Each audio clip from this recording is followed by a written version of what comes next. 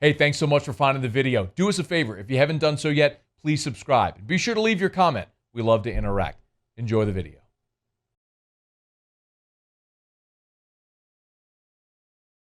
Saints are certainly looking to get back to their winning ways. They're at Detroit this week, and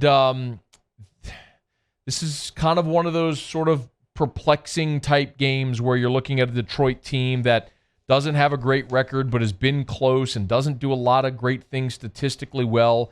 But you don't want to sleep on any team because you understand what's ahead of you. It is interesting, however, for New Orleans that this week for the game, it's the first NFL on Fox noon kickoff for the Saints this year. It'll be their first noon kickoff of the season, which is actually pretty interesting considering that's where they traditionally play.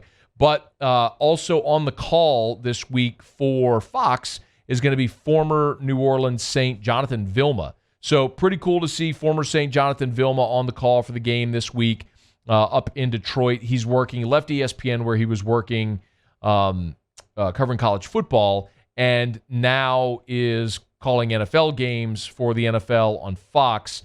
So we'll get to see Jonathan Vilma or hear Jonathan Vilma on the call. And each of his first 3 weeks, by the way, he had a different play-by-play man along with him. But now he's sort of settled in, I would assume, with Kenny Albert and Shannon Spake. So a couple of things as we look forward to this game. Sean Payton talked about, if you could too, Brain, Sean Payton talking about Detroit and how they've looked so far through the first few weeks. Yeah, I think to some degree. I mean, look, they're ahead in the Green Bay game, and then Green Bay obviously is a good team. They come back and get the win. They're way ahead in the Chicago game, and give up some big plays, and then they win a big game on the road. So, look, we're focused entirely on their defense, offense, and the kicking game, but we're just as importantly focused on ourselves and correcting the stuff that we need cleaned up. What about Matt Stafford, a veteran quarterback who's had sort of a rough start, as have much of the Lions this season?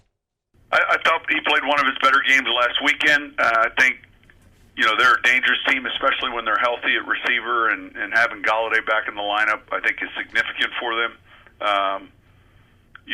He's got all the arm talent that you want at that position. He can fit it in the tight windows. I think he's played well. Speaking of Golladay, here was Payton talking about Stafford getting one of his biggest threats back this week. First thing that comes to mind is his downfield scoring threat. He's a big play target. He had great production a year ago. Matt's got a ton of confidence in him, and if you just look at his numbers from a year ago, I think it's pretty evident. So Stafford and that offense are getting healthier. Talk about Adrian Peterson, the ageless wonder, who is taking the bulk of the carries for Detroit. Get to that in a second. But obviously, we're going to keep an eye on the injury report for New Orleans this week to see how some of those really key members of the Saints fare throughout the course of the week. And the injury report today is extensive when you look at where they stand right now on Wednesday with the first injury report. So Andrews Pete, Jared Cook, Janoris Jenkins all did not practice. So Pete with his ankle, Cook with a groin injury, and Janoris Jenkins they list as an illness. Those three did not practice. Three starters not practicing on Wednesday. The good news, potentially great news, is that Marcus Davenport, David Onyemata, and Michael Thomas all practiced today. Now, they were limited, but Davenport, Lattimore, Onyemata, Thomas, and Chase Hansen all practiced, but were limited. So we thought that the Saints might get Davenport back last week, and that didn't happen. It led a lot of people, yours truly included, to wonder why they didn't just start him on IR. Because as we know in this COVID year, if you're on IR 3 weeks, then you can come back. So why wouldn't you just start Davenport this season on IR if you knew you were going to be without him 3 weeks? Clearly, they thought they'd get him back before then. They didn't. But now he's practicing, again, limited with the elbow. But Sean Payton said earlier in the week, that they hope they get Davenport back this week, and this is an indicator that they're moving toward that. Michael Thomas has got to be the biggest news here significantly. Thomas has missed a couple games already after suffering that ankle injury in week 1 against Tampa.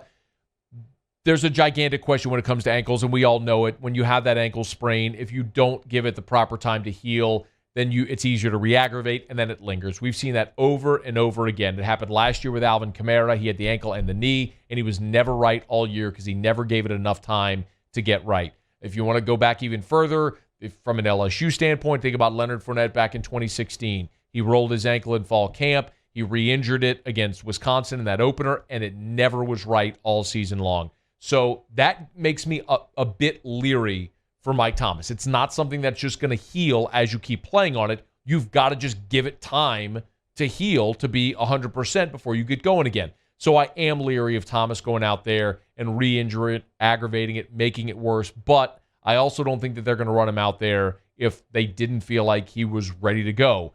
That said, again, if you thought he was going to be out 3 weeks or more, you would have just put him on IR. They haven't done that, so this would be week 3. It would make a lot of sense if he were out on the field in some capacity for New Orleans. And as we all know, that completely changes the dynamics of this offense when you have a healthy Mike Thomas as opposed to not having him out there. But again, the injury report, Andrews Pete with the ankle, Jared Cook with the groin, Janoris Jenkins listed illness, all did not practice. And then Davenport, Lattimore, Onyemata, Thomas, Hanson, all practiced, but all were limited. Marshawn Lattimore is listed as limited with a hamstring. As for Detroit, Desmond Trufant, Hunter Bryant, Deshaun Hand, and C.J. Moore all were on the injury report. Only Moore of those 4 did not practice. The other 3 were all limited. So really, Detroit is pretty healthy. The Saints' injury report is extensive, but it looks like they might be getting some starters back this week, most notably Davenport and Michael Thomas. We'll keep an eye on that as the week moves along. A couple of other things from Sean Payton as he met with the media today. He did talk about Alvin Kamara and his yards after the catch and how this feels like sort of an extension of the running game in this offense. Whether you statistically put it down as a reception or just a gain, we're trying to move the football. We're not keeping track of how many rushes in the first half or how many passes. Obviously, we want to have balance, and that's something that we look to have in each game, the ability to run the football. But, he's playing well for us, and he's an explosive player. We need to continue to look at ways of getting him the ball in his hands.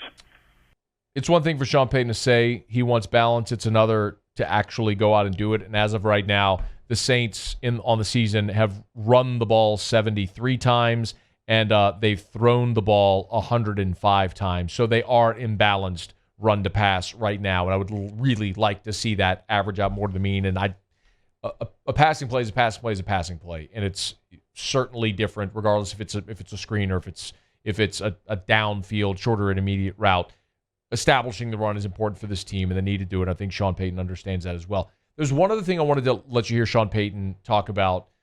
It was really interesting because I've heard this angle a bit, that part of the reason we're seeing an increase in scoring early in this NFL season is because officials aren't throwing as many flags. We actually have seen over the first 3 weeks a slight uptick in the number of flags for holding and thrown from week 1 on, because it was surprisingly low in the first week of the season. So Sean Payton was asked if he's noticed a change in the way that officials are calling games. And look, maybe whether you want to acknowledge it or not, part of that could be the lack of a crowd to influence a flag. I mean, if you think about it, if a crowd goes bonkers and the home team, the receiver's running a deep route and there's contact and the crowd goes bonkers, sometimes you're going to get that flag.